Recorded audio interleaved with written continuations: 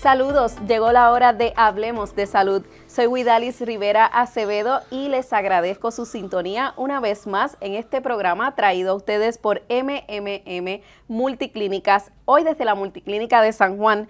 Todos sabemos que la hipoglucemia puede presentarse en personas con diabetes cuando sus niveles de azúcar en la sangre bajan demasiado, y hoy nos acompaña en el estudio la doctora Katiria Marrero, a quien le damos la más cordial bienvenida para que nos hable de los efectos de la hipoglucemia en personas con diabetes. En este programa Hablemos de Salud. Saludos, doctora. Saludos. Agradecida de estar aquí con ustedes, hablando de un tema tan importante como lo es los manejos de hipoglucemia en nuestros pacientes con diabetes. Así como dice, doctora, muy importante. Vamos a empezar explicándole a las personas, sobre todo aquellos que son diabéticos o que pudieran ser diabéticos futuros, ¿no? ¿Qué es un evento de hipoglucemia? Pues cuando hablamos de eventos de hipoglucemia u otras complicaciones asociadas a diabetes, siempre tenemos que hacer alusión a lo que es la ADA, que es la Asociación Americana de Diabetes. Su última edición en el 2023 nos define la hipoglucemia como un nivel de azúcar en o por debajo de 70 miligramos por decilitro. Eso el paciente se hace una pruebita sanguínea y usualmente presenta síntomas y ahí entonces el nivel sale por debajo. Y en arroz y habichuela no es otra cosa que cuando los niveles de glucosa, que glucosa es azúcar en sangre, se tornan por debajo de lo que es fisiológicamente adecuado para poder realizar nuestras actividades cotidianas y bioquímicas. Cuando hablamos de hipoglucemia, la guía nos define un poquito más y nos dice que existen varios tipos de hipoglucemia que se caracterizan en base a la severidad. Tenemos desde el nivel 1 hasta el nivel 3. El nivel 1 es el más común, son pacientes que presentan síntomas, puede que sí, puede que no, y que su nivel de azúcar está en 70 o menos, pero más de 54.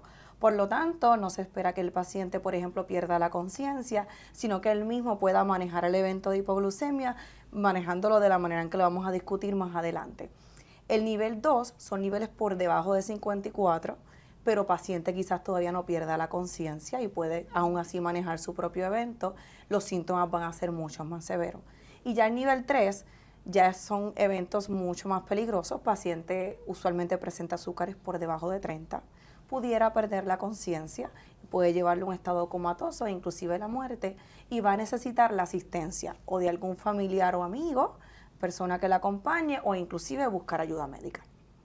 ¿Cuáles son los síntomas más comunes que predisponen a desarrollar un paciente con diabetes la hipoglucemia? Pues mira, cuando hablamos de síntomas, y lo hablo mucho con mis pacientes en clínica, son bien característicos para cada paciente. En términos generales, se espera que fisiológicamente, si mi nivel de azúcar está por debajo de 70, yo comienzo a sentirme confundido, quizás hambriento, puede ya desarrollar palpitaciones o temblores. Hay pacientes que desarrollan confusión. Hay pacientes que dicen, ay, tú como que tienes un bajón de azúcar, porque se tornan malhumorados, le cambia el humor o irritabilidad. Y hay pacientes que puede ser tan severo como presentar una sudoración excesiva o inclusive perder la conciencia y llegar a un estado comatoso. Y cuando hablamos de síntomas, también hay que hablar de cuáles son los factores de riesgo. Es decir, qué paciente está a mayor riesgo de desarrollar esta condición. Yo siempre digo al paciente, según los síntomas son individuales, de igual manera los factores de riesgo también lo son.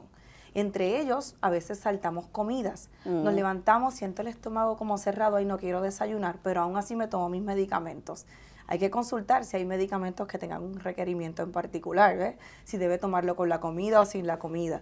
De igual manera, pacientes que me están haciendo actividad física excesiva. Por ejemplo, desayuné, me fui afuera a trabajar en la finca o en el patio, han pasado 4, 5, 6 horas, estoy debajo del sol, estoy sudorando, y no he comido lo suficiente o ha pasado mucho tiempo sin comer y encima estoy sudando mucho, esto me predispone a un bajón de azúcar. De igual manera, el consumir alcohol pudiera predisponerme el yo desarrollar síntomas asociados a bajón de azúcar y en efecto provocarlo también. De igual manera, cuando sobrecorregimos, tengo el azúcar hoy en 300, ay, déjame darme un toquecito de insulina cuando el doctor no necesariamente dio la instrucción, son acciones que te pueden llevar a desarrollar un evento de bajón de azúcar, como bien le conocemos nosotros, pero se conoce como hipoglucemia.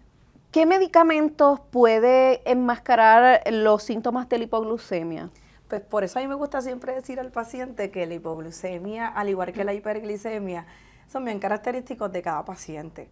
Y es que también está atado a otros factores de riesgo y entre ellos pueden ser factores de medicamentos. Usualmente nuestros pacientes cuando llegan a nuestras clínicas toman 8 medicamentos o más.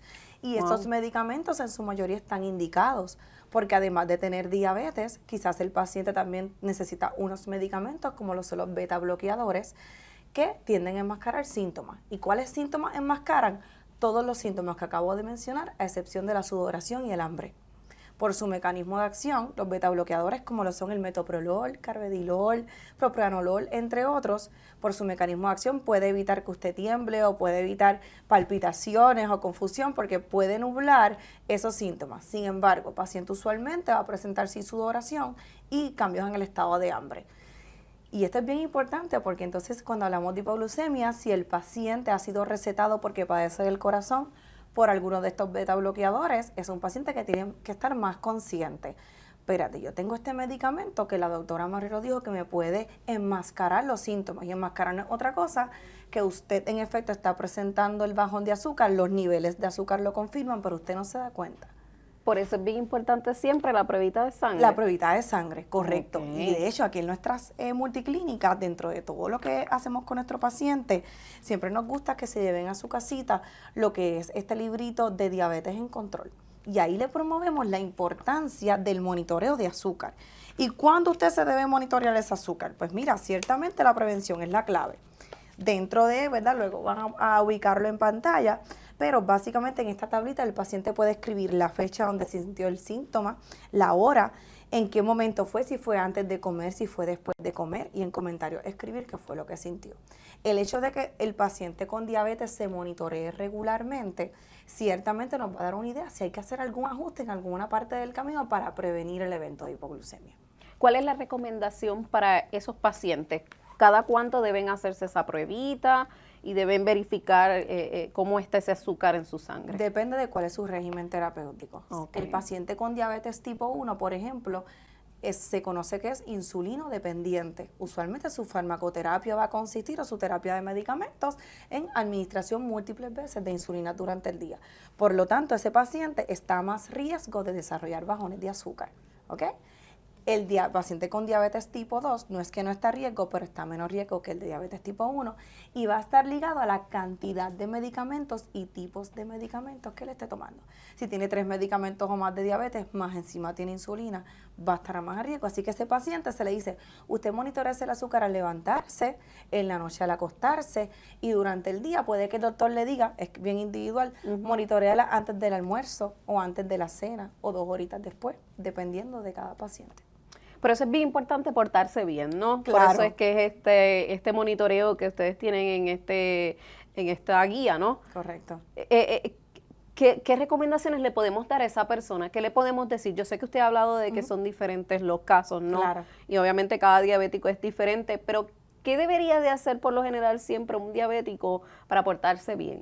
Para portarse bien, en primer lugar, yo siempre he dicho que es ser adherente a tus medicamentos. Ser adherente no es otra cosa que seguir las instrucciones de lo que nos dijo el doctor, es decir, tomarlos como fueron prescritos. De la mano de los medicamentos va la nutrición.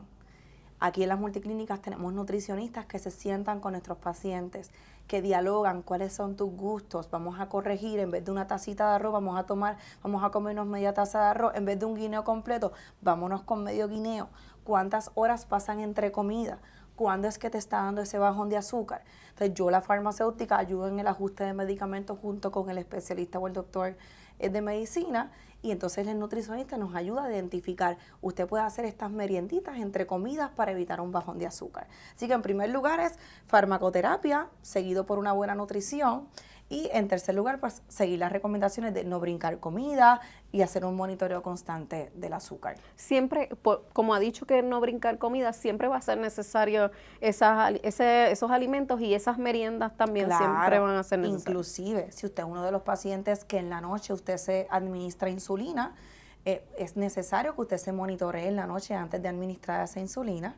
Si usted ve que hay un nivel por debajo de 100, por ejemplo, usted está más riesgo de durante la noche que le llegue a 70, y ya sabemos que 70 o menos es un bajón de azúcar, por lo cual se recomienda no necesariamente saltar la dosis. Hacemos una merienda que corrija el nivel de azúcar, esperamos un ratito, y si el doctor así lo ha autorizado en entrevistas previas, usted se administra su insulina como de costumbre. ¿Qué podemos hacer si como paciente tenemos un evento de hipoglucemia? Pues existe algo que se conoce como la regla del 15-15. Siempre nos gusta hacer visuales con nuestros pacientes. Okay. Y le digo, son consumir 15 gramos de carbohidratos simples. ¿Y por qué simples? Porque esos carbohidratos simples desde nuestra boca, desde que estamos masticando, se van absorbiendo.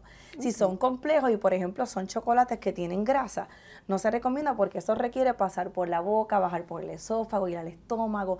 Entonces ahí disolverse y metabolizarse para entonces llegar a la sangre. Por eso no todo lo que es dulce necesariamente me va a corregir. ¿Cuáles son los que recomendamos o que podemos Pues recomendar? no recomendamos chocolates, sí recomendamos, por ejemplo, 4 onzas de juguito de China, un puñado de pasas. Si hablamos de medicamentos, existen tabletas en el OTC, que irrespectivo de la marca que usted decida comprar, usualmente 3 a 4 tabletas de glucosa que puede cargar con ellas en la cartera o tenerlas en su mesita de noche. Si usted presenta síntomas o confirma que es un bajón de azúcar, usted entonces consume esos 15 gramos de carbohidratos, esperas 15 minutos y vuelves a hacer la prueba. Es importante de que luego de comer tus 15 gramos de carbohidratos vuelvas a realizar la pruebita, porque hay pacientes que no mejoran en 15 minutos y tendríamos que volver al paso número 1, que es volver a consumir 15 gramos de azúcar. Y de hecho, si es una hipoglicemia tipo 2, como lo es la que mencioné, que es menos de 70, pero está ya rayando por debajo de 54, hay que dar 30 gramos de carbohidratos. Y como yo sé que es algo complejo, siempre en las clínicas, lo vamos a poner luego en pantalla, cuando le hablamos al paciente de las reglas del 15-15, le decimos al paciente, usted va a verificar su azúcar, usted va a consumir 15 gramos de carbohidratos. Le damos ejemplos de en qué yo puedo encontrar 15 gramos de carbohidratos y la importancia de los 15 minutitos fielmente volver a verificar. Y si esto está siendo más constante, es momento de visitar al doctor. Es momento de discutir la terapia con tu farmacéutico, llamar a tu farmacéutico de confianza en lo que logras conseguir a tu doctor para ver cómo podemos modificar tu farmacoterapia para llegar mejor a tu próxima cita. ¿Por qué? Porque la hipoglicemia, según la ADA, es la complicación aguda, y aguda es que es de corto tiempo versus la crónica, más común en nuestros pacientes con diabetes y puede imposibilitar o afectar su calidad de vida. Y a su vez esto puede causar que no quiera usar sus medicamentos, porque vamos a poner de ejemplo, si usted se administró su insulina, usted está estrenándose con la insulina y a los 30 minutos le dio un bajón de azúcar, comenzó a sudorar, confundida, no sabe ni dónde está parada, usted le va a tener temor a la insulina. ¿Y qué usted va a preferir? Pues no me la administro hasta que vea al doctor otra vez. Esto va a terminar en un descontrol del azúcar que puede causarme complicaciones como daño en el riñón, daño en los ojitos, entre otros órganos. Pero es que volvemos, la gente no puede automedicarse. Correcto. Y eso me ha pasado. Cuando hablamos de factores de riesgo, hay pacientes cuando mi esposa tiene el azúcar más de 300, su doctor le dice que utilice tal insulina, tantas unidades. Y el paciente que no le ha sido prescrito la insulina, coge y se administra la insulina. Eso es un paciente que está a riesgo de un bajón de azúcar, porque cada paciente responde distinto a los medicamentos. ¿Okay? Claro que sí. Me interesa mucho esto de él me dijo 15-20 o 15-15. Es la regla del 15-15. 15-15. 15 gramos de azúcar, 15 minutitos. ¿Qué hacemos con aquellos pacientes? Porque yo lo he escuchado y también lo he visto. Que les está dando el bajoncito y empiezan, no, pues dame una Coca-Cola. O, ¿verdad? Un refresco. Mira, para no darle. Los refrescos sí están permitidos. Pero te dijo 15 a 20 gramos, ¿no? Exacto, es poquito. Pero no hay gente mucho. que sabe el shot bien grande. Inclusive, aquí lo dice, Un 4 vaso. onzas, que no es más de media taza, de jugo regular o soda. Importante, muchas veces nuestros pacientes con diabetes corrigen tanto su dieta que no cuentan con juguitos regulares en la nevera o sodas. Por eso es importante cargar consigo o las tabletas de glucosa o los tubitos que vienen en gel, que uno se los coloca en el área de la lengua y eso se absorbe inmediatamente. ¿Ves? Que no es como que usted se ve obligado a comprar sodas o jugos. Claro, si usted está fuera de su casa y lo que hay es un juguito y usted sabe, media taza es suficiente o 4 onzas. Otro No ejemplo. excederse. Sí, otro ejemplo. Gente que usa dulces. Claro. Para subirse el azúcar. Claro. Porque ya se dan cuenta que están medios nerviositos y están tampoco. Si el dulce tiene mucho componente de grasa, la realidad es que no le va a funcionar al paciente, pero si es un bomboncito de azúcares simples, no es lo ideal. pero su vida vale más que nada. Así que puede resolver con eso, pero es importante a los 15 minutos verificarse. Si está en una institución de salud, dejarlo saber. Si usted usualmente está con cuidadores o con personas, déjele saber que usted es paciente con diabetes y que usted está a riesgo de desarrollar bajones de azúcar. Porque cuando me preguntaste de cómo lo manejamos, hay hipoglicemias tan severas que existe el Glucagon Kit, que es un kit que el paciente carga consigo. Importante que la persona que la acompañe sepa prepararlo, porque se utiliza usualmente en el nivel 3 de hipoglucemia, que es cuando ya el paciente pierde la conciencia. Requiere una preparación o reconstitución. El kit dice todas las instrucciones y una administración inmediata. Pero importante. Son medicamentos que están disponibles con receta y es cuestión de que si usted es un paciente que está a mayor riesgo y lo identifica luego de esta entrevista, usted puede hablar con su doctor.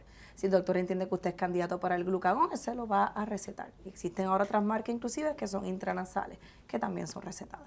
Hemos hablado del acompañante.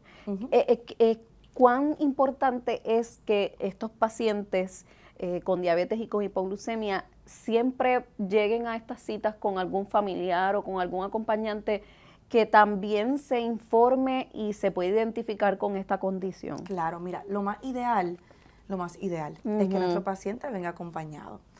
No es la realidad de muchos de nuestros pacientes, particularmente en Puerto Rico. Nuestros pacientes mayores de 65 no siempre están acompañados. Por eso aquí buscamos mucho a través de literatura. Si el paciente no me sabe leer o escribir, yo le identifico su potecito con una lunita, un sol, repasamos, usamos el Teach Back Method, nuestras educadoras en salud también. Pero idealmente, si usted puede venir acompañado a sus citas médicas, sería mucho mejor. Mejor saben 2 que 1, mejor ven 4 ojos que 2 nada más, yo siempre le he dicho. Y se le puede instruir al familiar, no solo en cómo tomar apropiadamente tus medicamentos o cómo administrarlos, porque eso sucede. Puede que haya un punto en su vida donde usted no pueda solito administrar sus medicamentos, no pueda ver bien cuánto está sirviendo de insulina. Eso es un gran peligro. Claro. Si yo reconozco que no, cuando estoy sirviendo la insulina en la jeringuilla, yo no veo si dice un 30 o un 50, es momento de pedir ayuda. Si no tengo ningún familiar, yo tengo que llamar a mi médico primario para que me cambie la insulina a lápiz. Vienen los lápices de insulina que usted hace vueltitas con una rosquita y con una lupita puede ver qué número dice ahí y usted la administra. Así que son muchas de las cosas, pero sí, idealmente si viene acompañado mejor porque instruimos al familiar y al paciente también. Obviamente ya hemos hablado de todas estas de esta condición, ¿verdad? Bien importante siempre la alimentación que hemos comentado, bien importante también que el paciente sepa esperar esos 15 minutitos, se revise de nuevo su azúcar en la sangre. ¿Hay medicamentos que puedan ayudar al paciente a manejar su condición? En primer lugar, el paciente, está el glucagón, que es el recetado que le estuve dialogando, y están los medicamentos OTC, que son las tabletas de glucosa y el gel. Si los eventos de hipoglucemia están siendo muy recurrentes, ya hay que hablar con el doctor, porque entonces tenemos que hacer un cambio posiblemente en la farmacoterapia, es decir, en la cantidad que nos estamos administrando o en el tipo de medicamentos. Porque dentro del mundo de los medicamentos de diabetes, que son muchísimos, tanto orales como inyectables, hay unos de mayor riesgo que otros para desarrollar bajones de azúcar. Así que cada paciente es individual, pero por eso es importante uno siempre venir, individualizar la terapia. Y si podemos, ¿verdad?, tocar base con el farmacéutico o el doctor de farmacia de la clínica, mejor todavía, porque te hacemos una tablita de medicamentos y otras alternativas para que usted se sienta confiado al salir de esta clínica, que sus medicamentos están indicados para usted, son seguros para usted y sobre todo son accesibles. ¿La diabetes es la única condición que se puede relacionar con la hipoglucemia? No necesariamente, ciertamente es la más común y es por la farmacoterapia que conlleva, porque la diabetes no es otra cosa que un síndrome metabólico donde el cuerpo pierde la capacidad parcial o completamente de metabolizar los carbohidratos o el azúcar, es decir, no puede almacenarlo en la célula para que la célula pueda utilizarlo en forma de energía. Por lo tanto, los medicamentos de diabetes van a buscar a través de distintos mecanismos de acción de bajar los niveles de azúcar en sangre. ¿Por qué? Porque si los niveles de azúcar están por encima de lo que se supone, vamos a traer lo que son complicaciones microvasculares y macrovasculares. Microvascular es lo que no vemos, lo que es chiquitito, como retinopatía, nefropatía, que es daño en los riñones, igual neuropatía. Va a traer también macrovasculares, que ahí son los eventos al corazón, como infartos y derrames. Así que como la meta de mi terapia es bajar los niveles de azúcar, por lo tanto, podemos decir que todos los pacientes, unos a mayor, otros a menor, están a riesgo de desarrollar bajones de azúcar. Pero, claro, existen otras condiciones, pacientes que desarrollan hipoglucemia desde muy jóvenes. Hay que corregir alimentación. Hay veces que no es necesario el diagnóstico de diabetes para usted experimentar un bajón de azúcar. Usted y yo, si no tenemos diabetes y pasamos largas horas sin consumir alimentos, ciertamente estamos a riesgo de un bajón de azúcar. Comenzamos a sentirnos irritables, podemos sentir sudoración o temblores.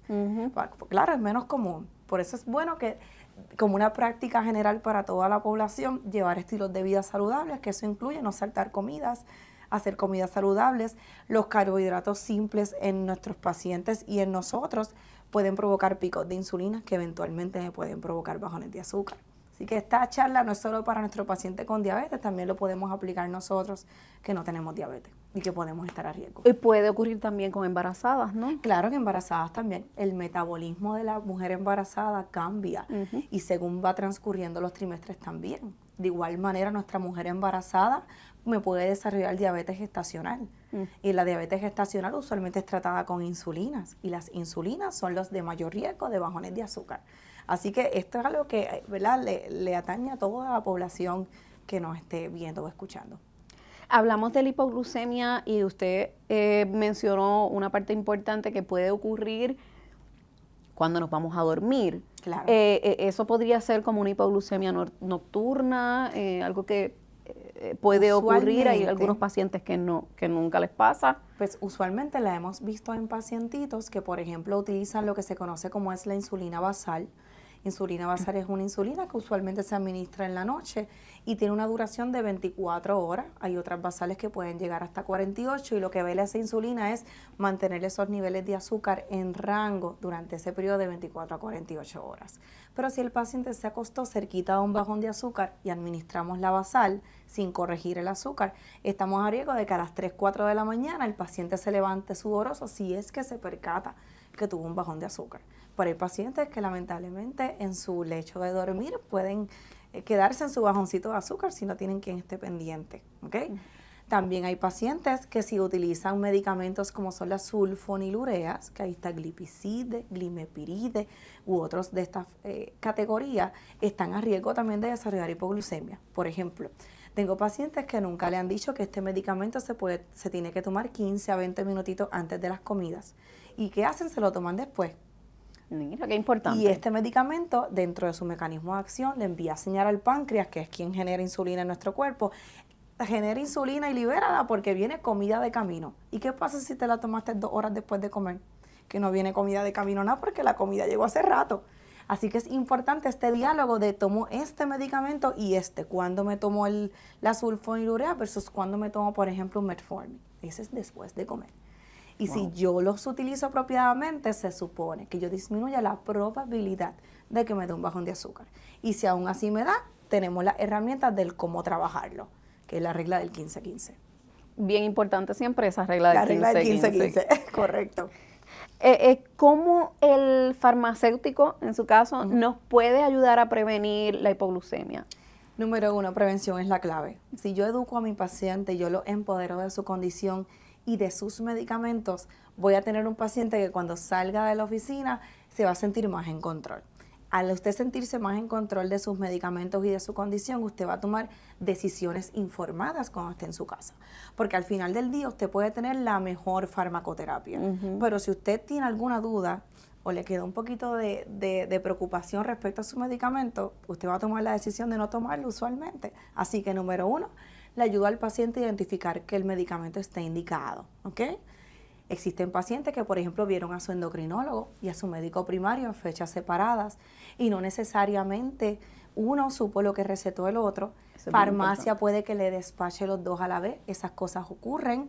O puede que ya usted tenga un suplido en su casa y le acaban de recetar este otro medicamento que interactúa o que hace duplicidad terapéutica.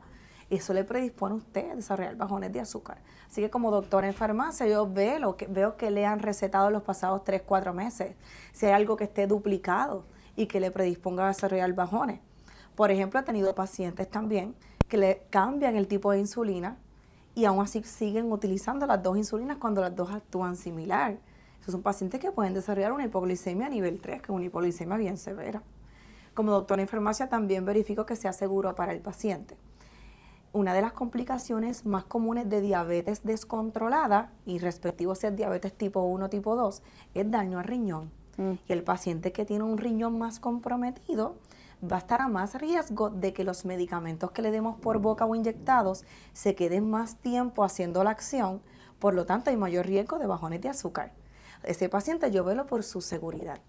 Si yo veo que tiene un medicamento de alto riesgo de bajones de azúcar y encima es paciente de CKD, yo toco la puerta del nefrólogo. Doctor, vamos a ajustar este medicamento porque el paciente está a riesgo de bajones de azúcar y yo no quiero que pase un susto en su casita o me termine hospitalizado. De igual manera le ayudo a preparar sus pastilleros. Hay medicamentos que no se pueden tomar juntitos en la mañana. Así que yo le enseño, mira, este lo vamos a poner en la mañana, este lo vamos a ubicar por la tarde, le hacemos una tabla de medicamentos. Por ejemplo, la insulin glargine o insulin tú estaba en la noche al acostarse tantas unidades. A veces en la entrevista con el doctor nos dice, de esta te vas a poner 5 o 3 veces al día, pero el potecito que te entregaron en la farmacia sigue siendo el anterior, que era 10, 3 veces al día. ¿Ves?